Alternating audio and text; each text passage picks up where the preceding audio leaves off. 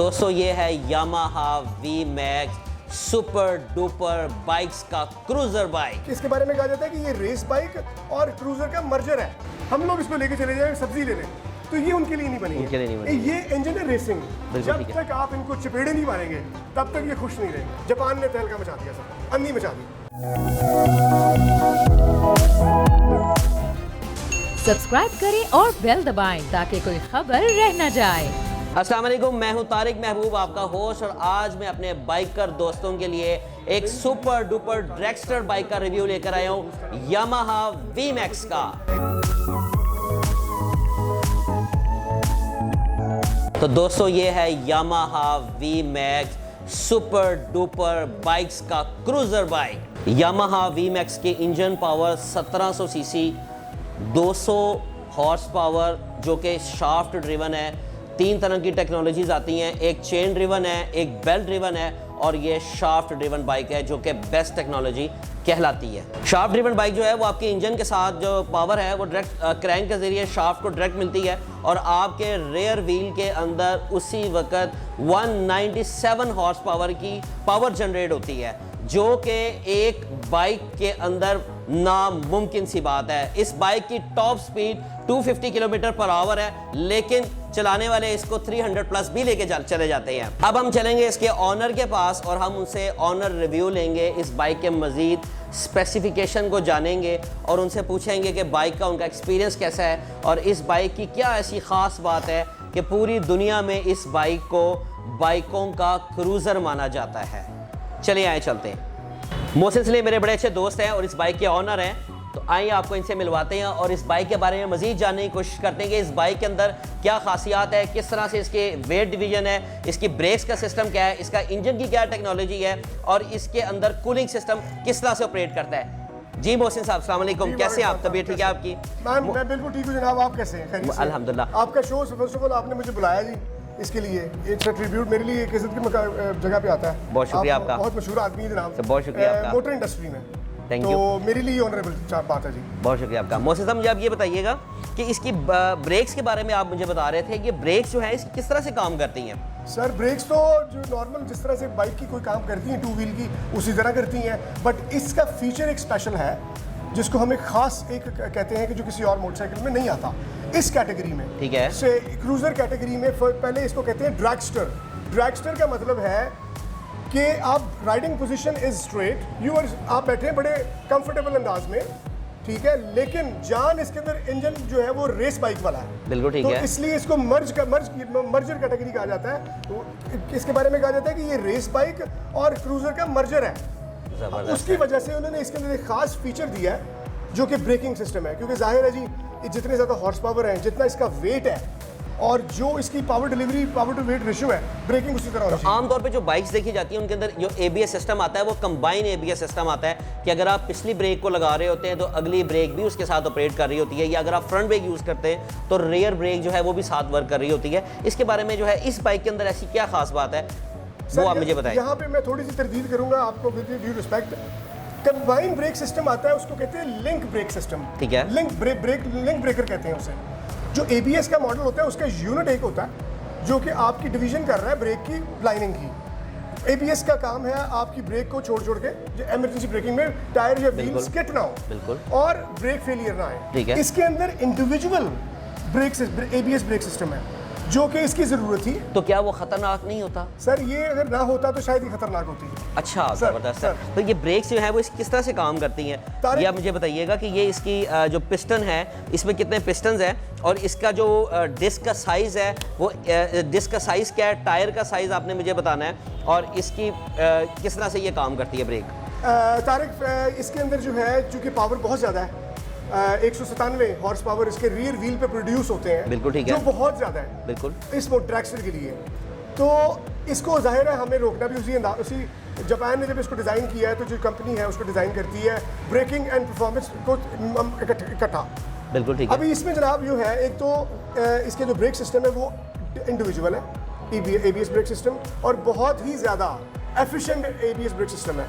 Number 2 पे आता है जी इसकी जो ब्रेक लाइनिंग है वो इंडिविजुअल है। बिल्कुल ठीक है। उसके बाद एक साइड पे इसके 3 पिस्टन कैलिपर ब्रेक सिस्टम दिया गया है विद उसके साथ साथ ये जो इसके रोटर्स हैं वो इसी तरह हैं जिस तरह के अगर आप कोई फरारी या लैम्बोर्गिनी देख रहे हैं, उसके अंदर होल्स वाले कट ब्रेडेड ब्रेक रोटर्स होते हैं। हम लोग कभी कभी ऐसा करते हैं कि स्पोर्ट्स मोटरसाइकिल में इस तरह के रोटर बहुत एक्सपेंसिव खरीद के परफॉर्मेंस रोटर लगाते हैं कि हमने मोटरसाइकिल तेज़ किया तो जो कंपनी ने इसको इस चीज़ को नवाज के इसको पैदा किया।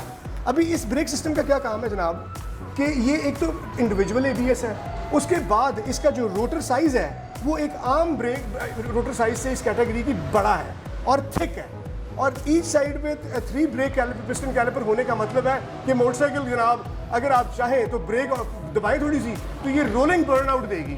मुझे ये बताइएगा कि अब चूँकि हम साथ साथ बातचीत कर रहे हैं, पाकिस्तान के अंदर हमारा जितना डस्टी इन्वायरमेंट है, तो इस बाइक के अंदर जिस स्पीड के साथ आपकी एयर जा रही है उसी स्पीड के साथ डस्ट भी जा रही है, तो किस तरह ये बाइक्स यहाँ पे कामयाबी के साथ चल सकती हैं? ये बहुत खूबसूरत सवाल है आपका।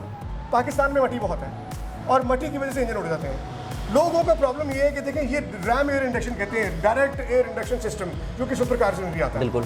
इनका काम होता है कि इन्होंने स्ट्रेट हवा फिल्टर को देनी है। बिल्कुल ऐसे। फिर हम लोग क्या करते हैं, KNN का, BMC का, वो उसको कहते हैं वॉशेबल फिल्टर लगाते हैं, जो होता है बेसिकली एग्जॉस्ट लगाने के बाद उसकी परफॉर्मेंस को बढ़ाने के लिए। तारिक, ये जो है इसका जो इंडक्शन सिस्टम है, मेरी एक राय है पूरी मोटर स्पोर्ट्स इंडस्ट्री के लिए, जो लोग ये सुपर कार्स या गाड़ियों को सुपर करते हैं जिस तरह आप दिखाते हो अक्सर, और या इस तरह की चीज़, ये टॉयज़ है, ये हॉबी है।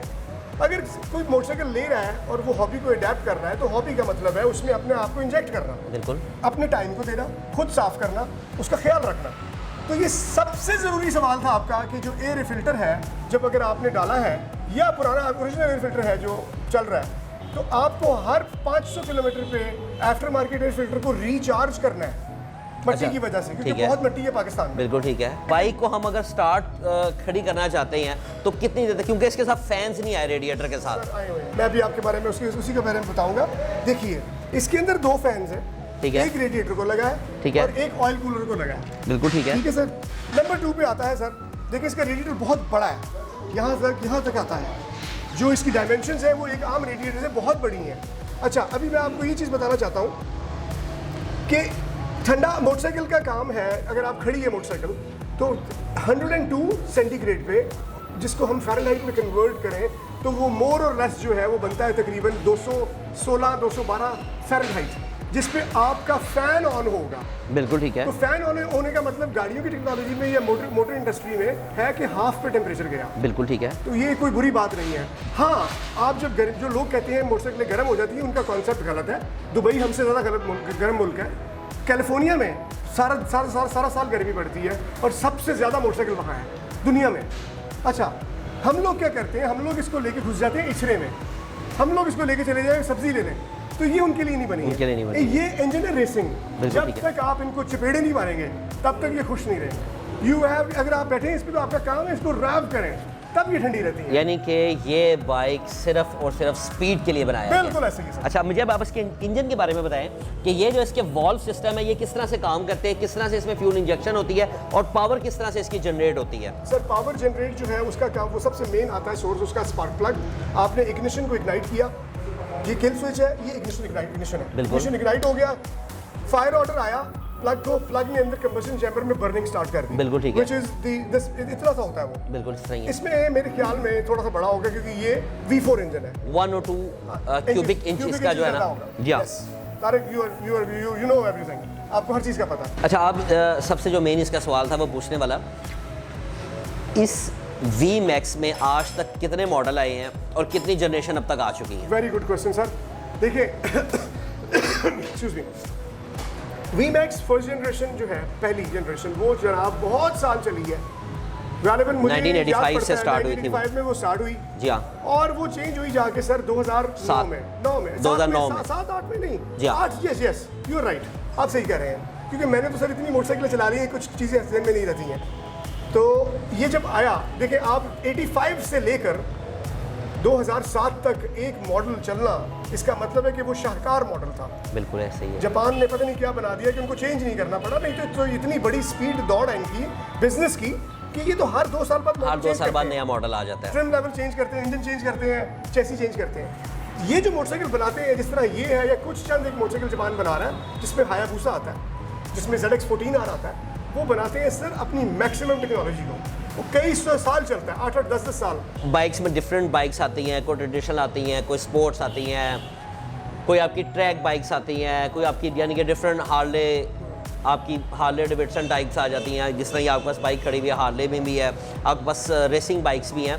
तो इस बाइक को आप किस तरह से डिफ़ाइन करेंगे, किस तरह से ये बाइक सबसे मुख्तलिफ है और किस तरह से वो सारों की खसूसियात भी लेकर आई हुई है? सर देखिए, सवालात जो हैं वो काफ़ी सारे हैं, बहुत लंबे चल बात मेरा दिल करता है कि मैं इस पर लेक्चर लिख दूँ, लेकिन अभी बात वजाहत में सिर्फ इतनी सी है। देखिए, हार्ले डेविडसन जो है उसने सेकंड बुनियाद रखी थी 2 पहियों में दुनिया में। इससे पहले जो दुनिया में सबसे पहला कंपनी थी वो थी इंडियन से 2 साल बाद हार्ले डेविडसन का जन्म हुआ। उसके बाद जापान आया, जापान ने तहलका मचा दिया, सर अंधी मचा दी। अभी देखें, ये फैमिलीज हैं तीनों, चाहे हार्ले हो, चाहे स्पोर्ट हो, चाहे क्रूज़र हो, लेकिन ये जो मोटरसाइकिल है ये स्पोर्ट और क्रूज़र का मर्जर है।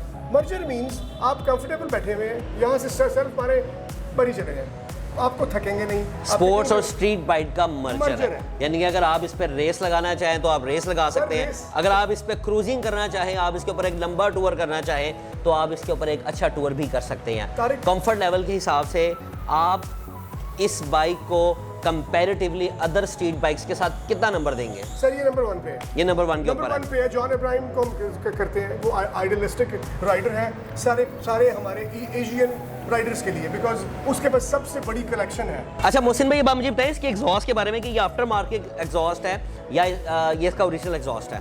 सर ये ओरिजिनल एग्जॉस्ट है।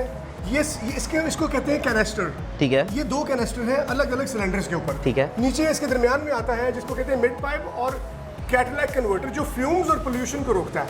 ठीक है। और आगे इसका आता है हेडर। तो ये दोनों तरफ 4 एग्जॉस्ट हैं। बिल्कुल ठीक है, 4 एग्जॉस्ट है। अच्छा, इसमें आप आफ्टर मार्केट एग्जॉस्ट भी लगा सकते हैं? सर इसमें आफ्टर मार्केट एग्जॉस्ट में लगाने लगा हूं। बिल्कुल ठीक है। इसका एक तो 22 kg वेट कम हो जाएगा। बिल्कुल ठीक है। फुल सिस्टम मैंने मंगवाया है जो कि कार्बन फाइबर एक्रापोविक है, और उसके बाद सर इसका डालूंगा फिल्टर, 35% पावर इंक्रीज हो जाएगी। इसमें 2 LED डिस्प्लेज आ रहे हैं। मुझे ये बताइएगा कि आमतौर पे सब बाइक्स के अंदर 2 डिस्प्लेज आते हैं? सर देखें, आम बाइक में 2 डिस्प्लेज नहीं आते, ये इंडिविजुअल दिया गया है। अच्छा मोहसिन भाई, मुझे ये बताएं कि ये बाइक की प्राइस क्या है? 2012 मॉडल है और इसकी कीमत आप क्या सजेस्ट करते हैं, क्या प्राइस होनी चाहिए इस बाइक की? सर प्राइस रियलिस्टिकली देखें, इस मोटरसाइकिल का तकरीबन 34 लाख है। 34 लाख की गाड़ी। 34 लाख। अगर ये 34 लाख की 2012 मॉडल है तो 2021 मॉडल की बाइक जो है अगर हम फ्रेश इंपोर्ट करते हैं तो उसकी क्या प्राइस होगी? अंदाज़ 70 से 80 लाख रुपए के करीब। 70 से 80 लाख रुपए की 2021 मॉडल की ये बाइक हमें कॉस्ट करेगी। अंदाज़न। जी हाँ, बिल्कुल ठीक है। अच्छा ये बताइएगा मुझे, अगर हम इसमें पुरानी जनरेशन की बाइक देखना चाहें तो उसके बारे में आपकी क्या राय है?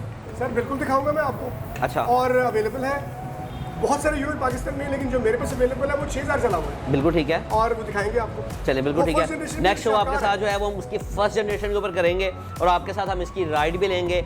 बहुत बहुत शुक्रिया आपका आप शो में आने के लिए। थैंक यू आपका। थैंक यू जी। नाजरीन, एक बड़ा ज़बरदस्त किस्म का यामाहा का रिव्यू आपके लिए मैं लेकर आया हूँ और उम्मीद है आपको बड़ा पसंद आया होगा। नेक्स्ट इंशाल्लाह ताला आपके लिए इससे भी अच्छा रिव्यू लेकर आएंगे। अगर आपको हमारा शो पसंद आया है, हमारे चैनल को सब्सक्राइब करें, नीचे कमेंट्स में अपनी राय का ज़रूर इज़हार कीजिएगा। इसी के साथ अपने होस्ट को आप इजाज़त दें। अल्लाह हाफ़िज़।